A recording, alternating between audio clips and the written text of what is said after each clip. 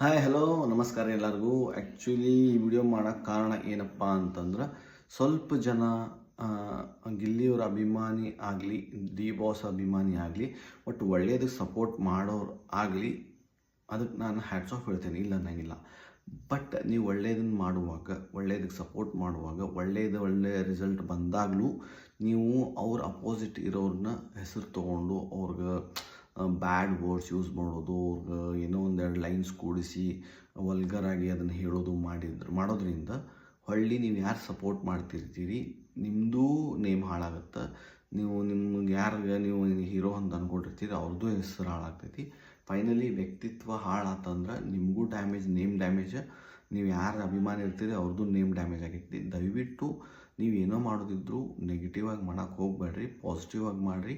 ದಯವಿಟ್ಟು ಹೇಳ್ತೀನಿ, social media ಭಾಳ ಫಾಸ್ಟ್ ಐತಿ.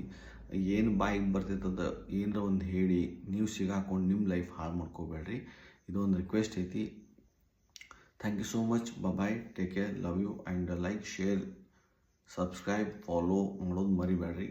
Thank you so much.